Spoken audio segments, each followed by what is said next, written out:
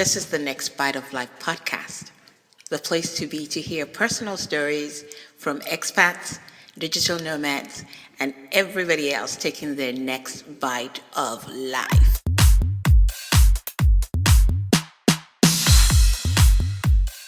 Hey, thank you for joining me on this episode of the Next Bite. My name is Kem Kem. Today I've got Albert and Barbara Roldan with me, and they're going to tell me all about the story, how they left us, and how they ended in Valencia, Spain. So say hello to everyone, Albert and Barbara. Hello, this is Albert. Hi, this is Barbara. Hello, everyone. I'm so excited to have you guys, on the show. I've been thinking about it for so long, and I'm like, oh, I got to do it. I gotta do it. And then finally, like, okay, now it's time to actually do it. They have a funny and very interesting story. So tell me, Albert and Barbara, how long have you been in Valencia? We have actually been here coming up on 3 years, and 2 years, and it's the best decision we ever made. Oh, that's always good to hear. There's a lot of people, especially lately, I've been getting a lot of mail and everyone asks about Valencia. And people actually think I've only been here for a year because I wasn't writing about Valencia for the first 2 years that because I didn't want everybody to discover this place. But, then I realized that Forbes and all the other big magazines had started talking about it. So I'm like, okay, the cat is out of the bag. I'll just start talking about it. So you've been here 2 years now, and let's take it back a few years. Okay. Where were you living in the U.S.? We came from the San Francisco Bay Area. We were living about 40 minutes north of San Francisco in Marin County, and made the decision to retire. And when we actually did retire, we went first to France for 3 years and enjoyed it, met fabulous people, but we were living in a very, very small village and came to realize that we are more city folk than we ever imagined. Okay. So basically you were living in San Francisco, and then you said, I want to travel, I want to go and live somewhere else. How did that come about? Was it a slow process, or you just knew that you wanted to leave and you were ready to go? Well, actually, we had planned many years before to move to Europe in general, and we first fell in love with France, in particular Paris. So that kind of led eventually to retiring in France. And so our first stop was Paris, and then we went to the south of France, where we lived just outside of a small village. But it was a long process, and it took many years for planning. But here we are, and now in Spain. Wow. So when you left the US, apart from wanting to retire in Europe, was there anything, because a lot of people wonder if it's political, if it's, or it was just a lifelong dream that you wanted to leave the country and retire someplace, Europe in specific countries, right? Right. I think for us that it was cost prohibitive a bit in the US, especially healthcare. It would have been difficult to do it on pensions and Social Security to cover housing and taxes and healthcare. That was one part of the equation. The other part was that we thought, we've had our work lives and now we want to go do something that's not just fun, but also enriching, that we could learn a new culture and because we're getting older, try to learn a new language to keep the brains occupied and busy. So those were all things that went into the decision. Oh, did this have anything to do with the wine in France? Was that a big part of the decision? The wine and the cheese. Ah, un coup for Le fromage. fromage. Oh la la. Exactly. Oh, wow. That sounds so exciting because, when you said you came for a second, I'm thinking, a lot of people, that's their dream. It's my dream to live at some point, So to have somebody who was living there say, you know what, I want to go to France. But you're right, though. When you think about the health, that is just insanely expensive for so many people. Everybody has to start thinking of someplace where they comfortably on what they have or what they will have coming in, have it last them through their retirement years. Right. So it was a very smart decision. We're happy We with like, it. Yes. we like to think so. Yes. so, so you said, okay, your first step. Did you have several countries in Europe that you were thinking of, or it was basically the that was the thing, or short list? Well, we always assumed France because that was our first love. We knew Paris cost of living was probably a little bit high. And that's why we went to the south, where it was really very reasonable to live, but just a little too quiet. And we had started to visit Spain quite regularly, and really were falling in love with it. So started making trips down here to see what's the best city, what was the best fit for us. And it kind of boiled down to we really wanted coastal. We missed the beach. Being inland in France, we didn't realize how much we missed the beach until we finally got to one and thought, oh, we miss water. Yeah, So yeah. so we figured beach town, not too big, not too small. And Barcelona was up on the list, Malaga and Valencia, and visited them all again to kind of narrow it down. And every time we came back to Valencia, it was like, oh, this just fits. This feels right. That's exactly what I said when we got here. It's amazing to find that people tend to say the thing. They're like, not too big, not too small, because Barcelona was on our list. Mm-hmm. Malaga, as you know, we lived there for 7 months, and it just didn't gel. Now, the fact that what I really like about what you guys have to say, I've been talking to people recently about what I call experimental expatting, Mm. which means like you go someplace, you know, a lot of people feel like when they leave the US or when they leave their countries, locked into their, but you guys show that, you know what, we went to France, we wanted to go to France, we tried it, it didn't, it didn't. So we were looking for something else. Now, I know when you leave with the belongings. Now, was there some sort of, like, oh my God, I can't believe we did this? Did you ever have doubt that, you know, did you feel terrible you didn't accomplish, you didn't stay where you go? No, not really. It was just a progression. As we said, our first love was France, and we enjoyed the time in the south of France. Uh, but then we soon realized that it was just a little too quiet for us, as Barbara said. And of course, we wanted to be more coastal and in a small city at least, and where we have more activity, Hmm. more involvement. In the south of France, there are very few expats, which that was not a priority because everyone says, "Oh, did you run into a lot of Americans?" We didn't meet one American family there, but which we met a lot of wonderful French people. But we soon realized that no, we didn't have any regrets leaving France. We regretted that we had to leave the friends we made there, all French, and just figured it was a progression getting to Spain. And again, we love it here, and we think it's the best decision we made. Now, you brought all your stuff with you, so you had to ship everything.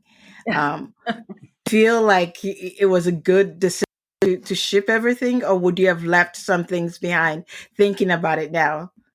Now, having been through it, I would have brought a lot less. I think I'm happy that many of the things we brought that are family things and pictures that my father painted, furniture that's been in the family, those things I'm happy that I brought. But there are a lot of other things that now that I've moved them twice within France and now down to Spain, I think, what in the world was I thinking? But there's such beautiful things, so you don't have to feel too bad about that. But just imagine, because I see they're precious, but they're super heavy, no? Yeah, a lot of heavy wood furniture, but I probably would have lessened the load by about 40% if I had to do it over again. I remember you saying something um, when the people came to move the stuff and realized they had to take it up the steps, right? Because Yeah, a lot of elevators in Spain are like the size, you know. right. And in our building, they don't even have the elevator option here. So I think they didn't love us too much. They were the sweetest people in the world, but as a joke on their way out, they said, if you move from this place, don't call us. I don't blame them. I don't blame them at all because I saw them like they moved this up the stairs. I'm sure we have a black X in their client book. Right. Yeah, exactly. Now let's the cost of living in France first before we talk about the cost of living for you guys here. How was the cost like on a monthly basis there, like the rent and all that? Was it super expensive? Well, actually, the south of France, we pretty much cut our costs in half from the U.S. living in the San Francisco Bay Area, and after we left there, we thought, well, I mean, we couldn't do any better in Spain. And yet again, we found coming to Valencia, we cut our costs again in half of what we were paying in Wow. France. So, in retrospect, wherever we ended up would have been great. But when you can cut your costs like that, well, it's even better yet, and you have a wonderful environment. And then, in addition, meeting wonderful people. Okay, I'm so glad because everybody, at least quite a few people, I've met maybe for all the people I've met in Valencia, I've met like maybe two people who didn't like it enough to move back. But for the most part, everyone seems to love it and they realize that it was a good decision. But what really amazes me is that I've met people who just had no clue what Valencia was like about it, and they just came and it's just it feels like it's one of those places where you almost know that you're going to like it before you get here. So it's nice to it really is true. When you get here, you end up loving it. I think that's true. We've also met several people who were doing their research and pretty much picked Valencia out of a book and pictures on the internet and said that looks right and just took the jump. And all of those who've done that have stayed and are very happy. So it must have a little magical piece to it or something. Yeah, I think so. Now you talk about the cost of living being even cheaper. I mean, it's hard for people in the US to realize that. You're in, well, we lived in Houston and Los Angeles, expensive places. Yes, Yes. yeah, But somebody in, I don't know, Ohio or I don't know, some place that's really cheap might think there's no way that I could have, the same cost of living or even cheaper in Europe because you hear and it's almost like, Europe, Mhm. right. it seems so far away, so expensive. But you're telling me that, right off the bat in France, it was already the cost of what you were spending in San Francisco. And then you moved to Valencia and even lower. Yes. Wow. The only thing is with, people may have a misconception, as you mentioned, about the euro, and you're going to exchange your USD to euro. And yes, there's a percentage that you'll lose because it doesn't equate to the same as a dollar. But in the bigger picture yet, you still save considerably so much money that you can truly, literally enjoy life and the things that you couldn't imagine that you'd be able to do. Travel extensively, and because you are in Europe, you're so central to many European countries, Middle East, everywhere. I mean, so many places you can get to so easily and inexpensively. Is there something, I mean, that's absolutely wonderful. True.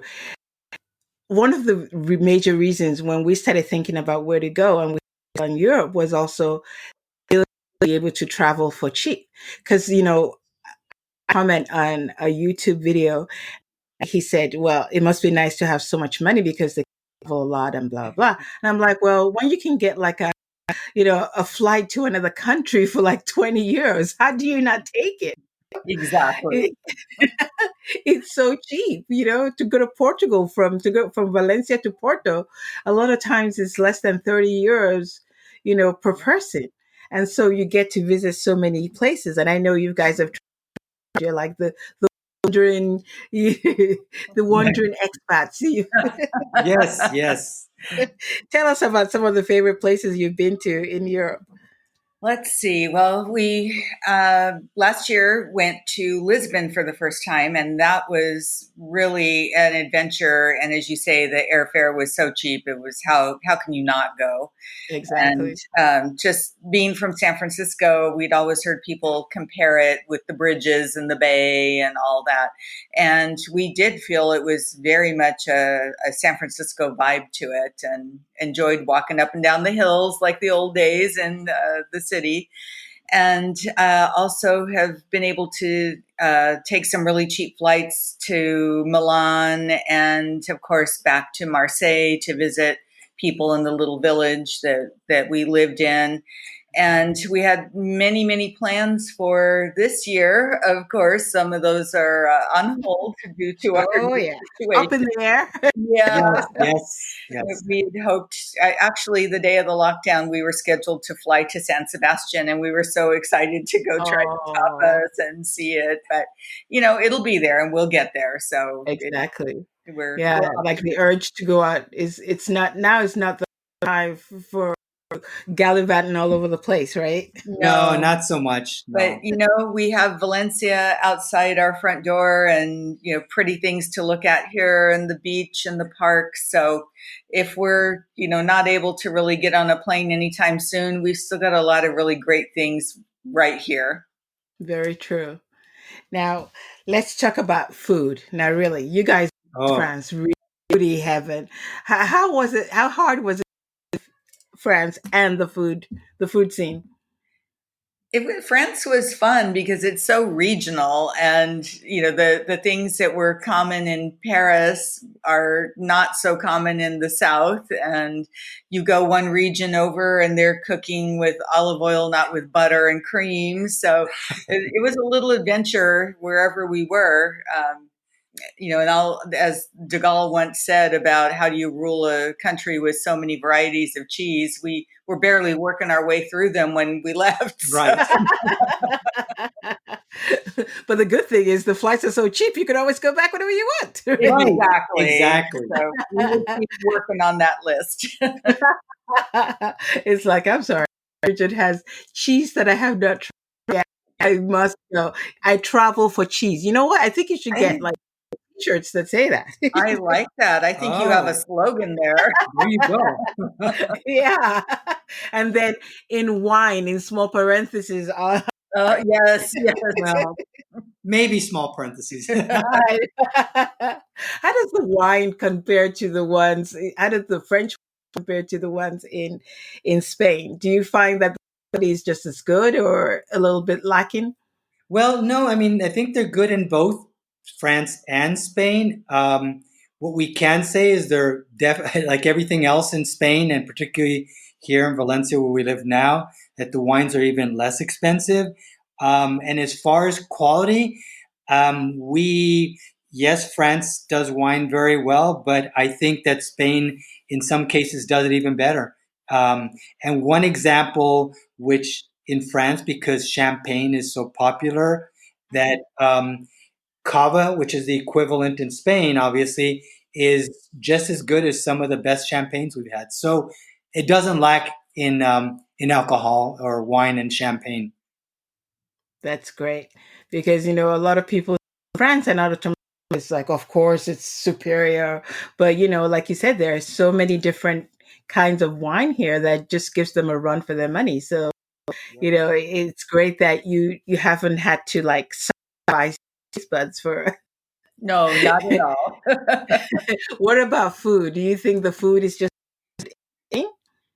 I think here, definitely the food, to be able to go out to eat, you can do it so much more reasonably here.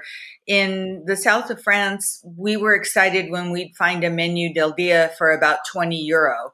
holy moly? Yes, and so to come here and find them anywhere from 750 to 1250 was just amazing. And in France, there is not so much of like obviously a tapa culture, for lack of a better thing to call it, but they really have more of sit down meals. So you couldn't just say, I'm a little hungry, I'm going to just stop for a glass of wine and a croqueta. That didn't exist. You pretty much went for the meal. For the So meal. I find the variety here and the ability to have one tapa or two or 10 is really nice. It's my choice. Exactly. That's great. You mentioned the menu al dia. Somebody listening, 50 is like $9 or something like that, you know? So for that, you get appetizer, you get a main, you get dessert, coffee, and sometimes that you get one bottle of beer or wine or water with it. I mean, think about that. Where can you get for that kind of price? Yeah, it's impossible to do that, to really get a full meal like that. And that because we aren't used to eating ourselves, a starter, a main, a dessert, and all of Yeah. that, it really does become the meal of the day. And, once you've had something that filling midday, then, lunch might or dinner might be just a wine and a tapa or just a bag of popcorn. Oh my God, I'm so glad you mentioned that. I was about to say that because lately dinner has just been popcorn because we watch a movie. It's like just get a bag of popcorn because you're so full from the meal of the day, Yes. and it's just insane. For 750. Yes, yes, you can't beat it. And thank God for popcorn. Do you feel that the quality of life here is pretty good?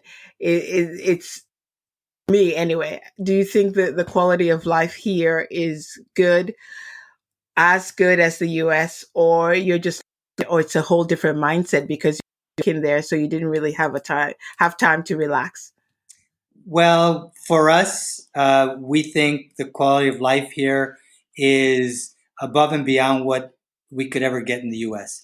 And I don't say it being negatively, but being negative about the whole situation. But I think just overall, the culture in Europe, and particularly which we find here in Spain, it's people have said, well, they're so laid back and everything and so on, but it means a lot because people take time to live life and that their entire focus is just not work all the time. So, in that regard, as retirees, it's different, but still the quality of life here is like they say, tranquilo. Yes. Take it easy. No hurry. Don't rush. So, definitely a different mindset and a more relaxed and leisurely lifestyle. And was that hard to transition into? Well, you had some practice from France where it was a little, you know, did it make a huge difference having to kind of like be tranquilo, like once you got here, or just fitting right into it? Well, we had eased into it, as you say, a bit in France. But once we got here, it was even more laid back. And it was pretty easy to adjust to. You're always the first month or so in a new place, you're maybe a little apprehensive, wondering, how does it feel? How have I made the right decision? We never felt that in either place, but especially in Spain, we from day one just felt right at home. It's been an easy transition. The people have been very welcoming. Albert does very well with his Spanish. Mine is not so great, but they're so patient with me and so willing to work with my bad verb tenses and all. And Yeah, it's just been, it feels easy and lovely, and wouldn't trade it for anything. that's so good to hear. When you mentioned how people are so patient, when you make the effort to try and Spanish, it's great. They just appreciate it so much because I think they have a view of like they're coming from America. I speak or trying to speak my language. When we were still in the US, he has a thick Italian accent, right? That's where he grew up. And people, as soon as they started to argue with someone or talk to them, it would be like, go back to your country or speak in English or to speak the language. And here it's more like, oh, wow, they're really patient. They stop and help you. Yeah, we've had nothing but good experiences, and have never been made to feel like, we were outsiders or anything different. We just feel like we have been welcomed and that we fit right in. Cool.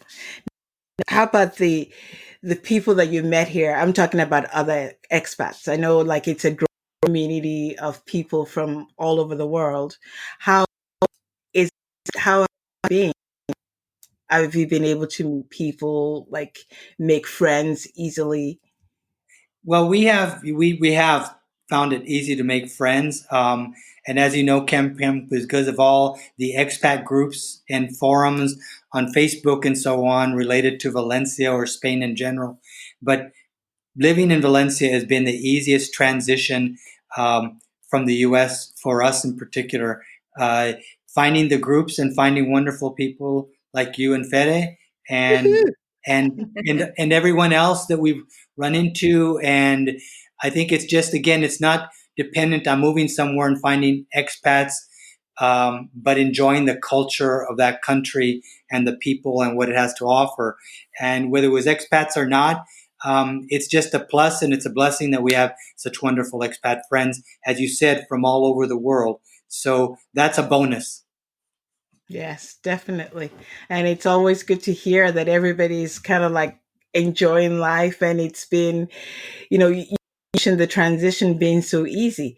It's, when you plan things out and you do the things that you're supposed to do, the attitude of the people is so like it just chilled about everything.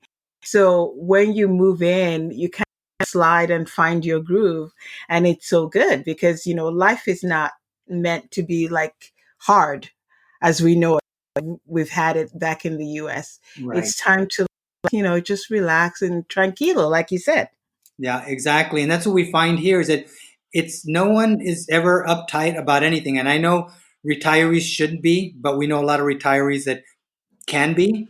Hmm. So Hmm. we understand. Yeah. And everybody has stresses of life, even when you're retired. But here we Exactly. find that all of the expat population, everyone just seems to get along so well, at least the people that we've all met. And we all just are, that's, I can't overstate tranquilo because that is what it is. Everybody's very chill. Yeah, that's great. Now, what do you miss most about the US? Apart from family and friends, the usual answer, even if I don't miss half of my family back there. We understand, And they know who they are. right? I think the biggest thing, and it's so silly, but there's certain cooking ingredients or spices that blends, not because you can get any spice you want here, but just blends that you were maybe used to using, like Old Bay or Montreal steak seasoning or something like Lowry that. seasoned salt. If Yeah, anybody's listening exactly. and you're coming to you Yeah. let's It's drink funny some little, Lowry. yeah. It's funny little things like that. It's much better here in Spain what we can get. When we lived in France, we couldn't find a good flour tortilla to save our life. And so when friends would come to visit, we'd say, of course, you stay with us and you stay with us free, of course, but we There's really like always a you to but. bring tortillas. Yes, that's very important. I once had a friend bring me back Thomas's English muffins. I'm like, Yeah, Yes. I'm like, just freeze it and just bring it. Absolutely. absolutely. But those have been the biggies. I think most everything else we've either found a workaround or found something better or, adapted. Or I actually came across quite by accident this week on a blog about chilies. The man had posted how to make your own Old Bay seasoning. So I can scratch that one off the list. Exactly. It's true. I think, being an expat really brings out the ingenious parts of you. You're just like, okay, I don't have blue cheese dressing. What can I do? You like find things, and then before it, you don't miss it at all. You find some workarounds, like you said, Barbara. Yeah. That's right. Yeah. So now, so would you tell your friends, don't bother doing that? So Yeah. don't bring me anything. Stay with us for.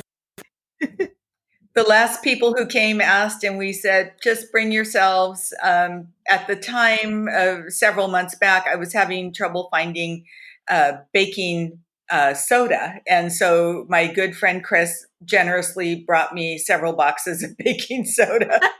So I've See, since, had you asked, I would have told you where to market, I right? should have asked you. I should know better, you would know.